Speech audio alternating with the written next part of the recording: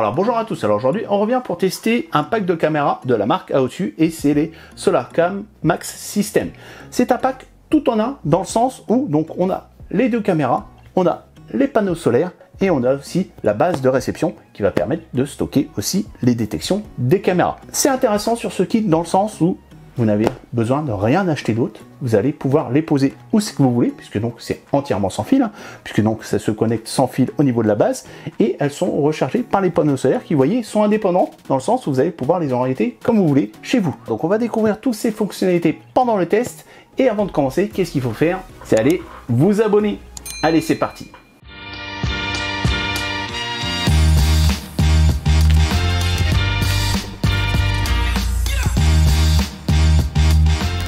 Allez, c'est parti pour le déballage. On tombe sur des petits autocollants pour alerter comme quoi vous avez une vidéosurveillance. Un mode d'emploi sur lequel on va retrouver bien sûr du français avec, donc, vous voyez, les petites explications pour appairer, installer la caméra, etc. Ensuite, on a un câble Ethernet pour relier la base qui va être juste ici. On va la sortir d'ailleurs.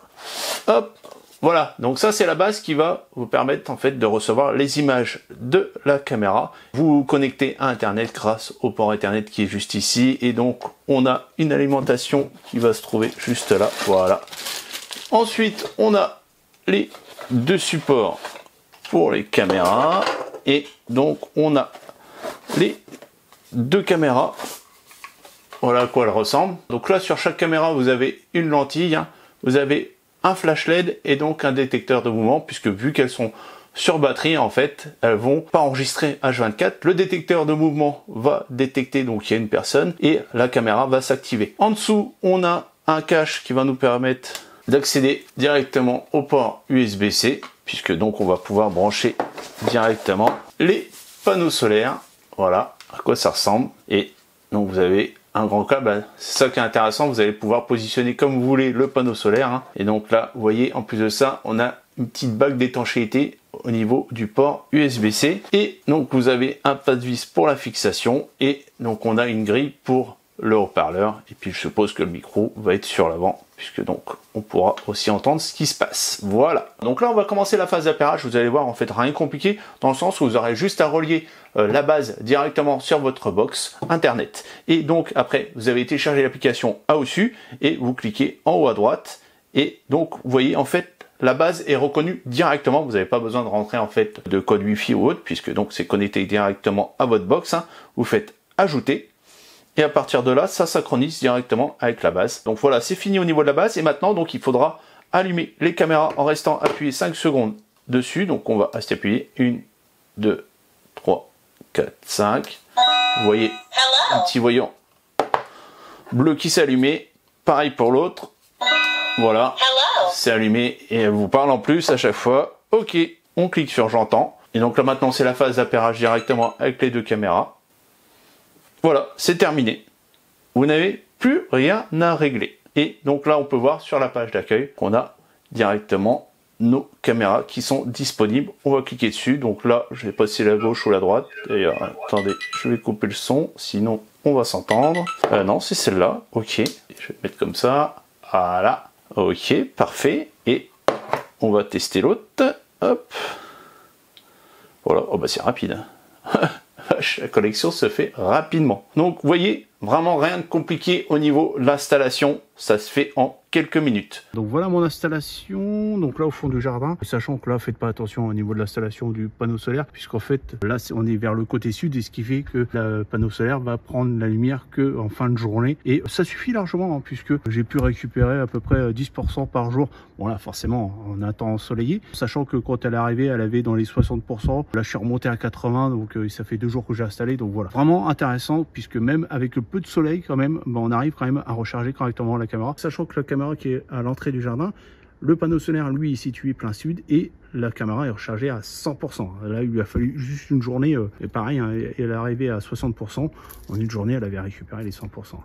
Et pour vous dire qu'au niveau des panneaux solaires, c'est assez suffisant pour recharger correctement les batteries et rapidement, même forcément bah, si vous avez des jours qui sont un peu moins ensoleillés, voilà, elle va pas se vider à grand V et au final elle va pouvoir se recharger quand même. Donc vraiment un bon point au niveau des panneaux solaires. Et donc là je vous montre un rendu en temps réel. Alors ça se peut qu'il y ait des saccades, mais c'est tout à fait normal puisque donc en fait ma base est située tout au fond au garage qui est à peu près à moins 30 mètres. Hein. Donc là je suis arrivé à ces derniers retranchements en termes de captation. Hein. Donc je suis resté en UHD. Hein. Vous voyez, vous pouvez voir ici, hein, c'est bien marqué UHD. Donc après je pourrais très bien baisser en résolution pour avoir une meilleure connexion. Hein. Mais vous pouvez voir que là je suis sur ces derniers retranchements, sachant qu'elle passe quand même de mur. Hein. Donc la borne fait très bien son boulot, dans le sens où elle exploite au maximum son réseau hein, pour pouvoir retransmettre une vidéo de bonne qualité. Et alors forcément, il y a quand même quelques coupures, mais c'est tout à fait logique, hein, puisque comme je vous l'ai expliqué, je pense que les 25 mètres maximum, c'est vraiment bon. Là, je vous dis, moi, je suis dépassé, hein, je suis à 30 mètres. Et ce que vous pouvez voir aussi, c'est son angle de vision qui est juste énorme, puisque donc en fait, elle est située, vous voyez, juste au coin de mon jardin. Et vous pouvez voir que ça couvre entièrement. Hein. Il n'y a pas d'angle mort. Hein. Dans le sens, si je pourrais en avoir un juste là, mais il faudrait que je tourne un peu la caméra en allant sur complètement à droite là, ou du moins à gauche là quand vous regardez la vidéo. Mais vous voyez, là c'est, vous voyez, ça a sauté un peu, ça a accéléré. Voilà, je suis vraiment au max et encore, vous voyez, c'est même pas, vous voyez, je dois y avoir 2 mètres carrés qui est pas couvert. Bon après voilà, c'est normal, on n'est pas à 180, on est à 177 degrés. Mais clairement, c'est suffisant. Juste, vous pouvez mettre une caméra dans un coin et vous couvrez vraiment l'entièreté de ce que vous voulez surveiller. Donc là, on va faire un petit tour dans l'application pour voir qu'est-ce qu'on a en termes d'options au niveau de la caméra. Donc là, vous voyez, on a les deux caméras qui apparaissent. Hein. Donc là, j'ai rentré celle-là et donc là, on va cliquer dessus pour directement avoir la vue en direct. Hein.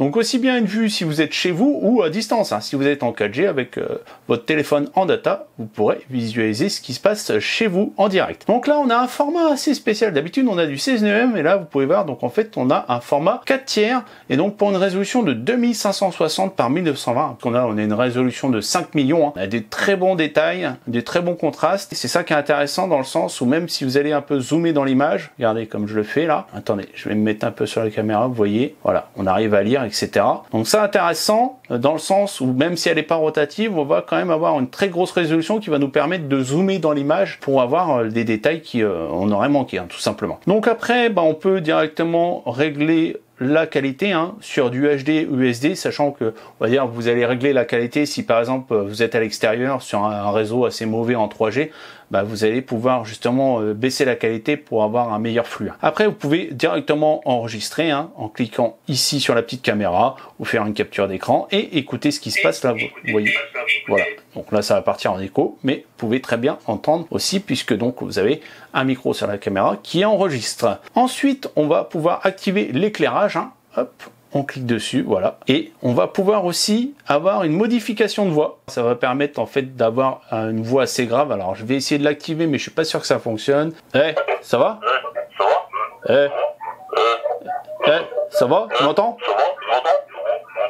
Voilà ce que ça donne en termes de rendu. Sinon, vous pouvez très bien laisser votre voix par défaut hein, en cliquant directement sur le micro. Et là, on va parler. Et voilà. Donc logiquement, il n'y a pas de souci. On entend très bien puisque donc on a un haut-parleur qui est juste en dessous. Cet haut-parleur va servir aussi pour une alarme. Hein. Vous avez juste à cliquer sur le bouton alarme. Et voilà. Donc ça, pareil, hein, pour faire fuir les intrus. Franchement, ça fonctionne très bien. Et sinon, vous avez aussi des enregistrements de voix. Si par exemple, je sais pas, vous êtes à l'extérieur et que vous pouvez pas parler.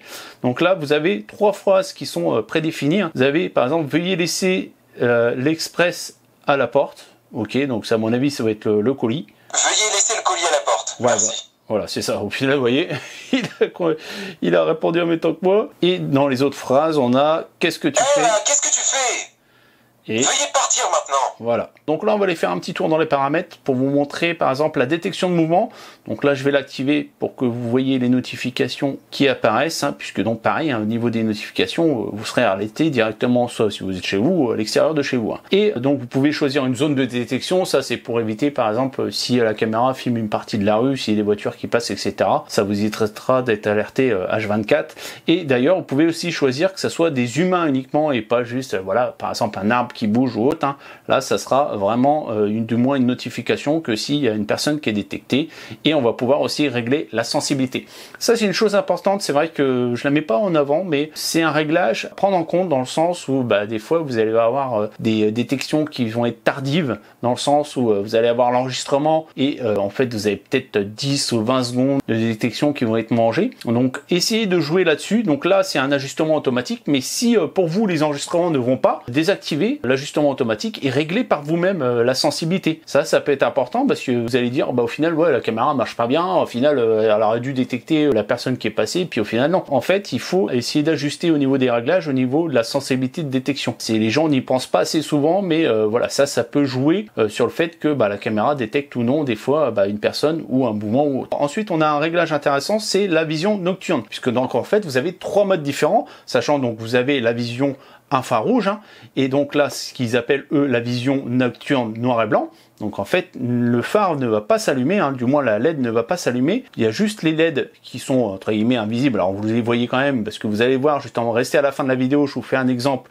justement quand elle filme en infrarouge, on voit un peu les LED apparaître, et vous avez après donc la vision nocturne aux couleurs. Donc ça c'est en fait quand vous activez du moins la caméra, et quand il y a une détection, c'est-à-dire que quand elle va enregistrer en noir et blanc. Si elle fait une détection avec la vision nocturne en couleur, elle va allumer la LED, et à partir de là, vous allez avoir en couleur. Moi, c'est ce que je laisse comme mode par défaut, et sinon, vous pouvez désactiver tout. Si, comme moi, vous allez voir aussi, pareil, plus tard dans les vidéos, vous avez un éclairage public, des fois, c'est mieux de laisser tout désactiver, parce que vous aurez une meilleure vision du fait que, voilà, vous avez déjà des éclairages chez vous ou autre, et donc, vous n'avez pas besoin d'activer la vision nocturne, ou du moins le spot LED. Et en dernier, une option aussi que je voulais vous montrer, c'est le fait de désactiver le voyant LED. Ça permet que la caméra soit un peu plus discrète, hein. Sinon en fait vous avez une LED bleue qui s'affiche, hein, juste devant. Donc moi je la désactive comme ça, voilà, elle n'est pas grillée du premier coup, on va dire. La caméra elle pourra enregistrer s'il y a un intrus ou autre. Et en dessous donc on a la connexion avec les différents assistants vocaux, puisque donc c'est compatible avec Amazon Alexa ou Google Home. Voilà. Donc là on fait un test de rendu de nuit, sachant que j'ai un éclairage public qui tombe dans le jardin. Donc on va dire c'est pas représentatif, mais on ira dans mon garage après où justement là je peux contrôler, hein, je peux mettre complètement dans le noir. Donc là je vais vous montrer un peu ce que ça donne. Voilà, au niveau de l'application, hein, vous voyez on voit carrément très bien, hein, même si au final il n'y a pas la fin rouge, hein. Et là je vais allumer le phare. Voilà, il s'est activé. Et donc là vous voyez on voit encore même mieux. Donc déjà un très bon rendu de base, on va dire, juste avec une luminosité faible, hein. Et donc tout de suite on va aller dans le garage pour vraiment tester à fond, aussi bien au niveau de l'infrarouge que du phare. Donc là on est dans le garage, vous voyez là juste la fenêtre du fond qui amène un peu de lumière, et on peut voir donc les LED infrarouges qui sont activés au niveau de la caméra, et vous voyez donc le rendu qui est juste parfait.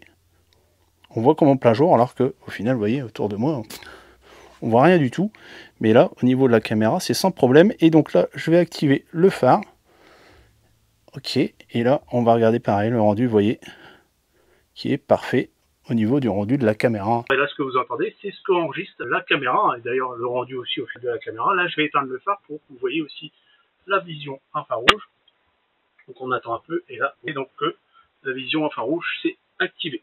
Voilà, donc ce que ça donne un peu pour le rendu de cette caméra. On passe à la conclusion. Donc voilà, c'est le temps de la conclusion. Et au niveau des défauts, ça devient compliqué dans le sens où c'est simple, je pense que je vais les laisser où elles sont pour vous dire, parce que d'habitude je teste les produits, hein, je les remballe et puis voilà. Mais là, je suis tellement conquis que moi-même, au final, je vais les garder, je vais les utiliser personnellement. Et donc vous avez pu le voir, hein, pendant le test déjà, je pense au niveau de ces avantages, c'est qu'on est sur des caméras assez compactes, assez discrètes. On n'est pas sur quelque chose d'assez gros. On va pouvoir les placer correctement où c'est qu'on veut. Et du fait qu'elles sont entièrement sans fil, vous risquez pas d'être gêné à ce niveau-là. Et en plus de ça, du fait qu'on a des panneaux solaires aussi qui sont indépendants des caméras, on va pouvoir les recharger assez facilement. On va pouvoir positionner son panneau solaire dans la bonne direction, et en plus vous avez pu le voir dans le test, ça se recharge très bien. Un de ses avantages aussi, c'est son application, vous avez vu, qui est bien faite, hein, puisqu'on a une pléthore d'options sans bien sûr rajouter ne serait-ce qu'un euro. Après c'est à vous de voir si vous voulez prendre une solution cloud pour pouvoir enregistrer vos vidéos à distance, mais sinon vous n'avez pas besoin de rajouter quoi que ce soit en termes d'abonnement ou autre, hein.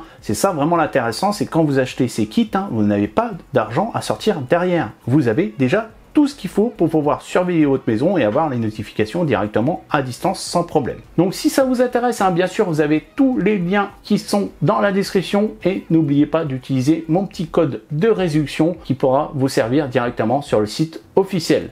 Allez, ciao, bye bye, à la prochaine.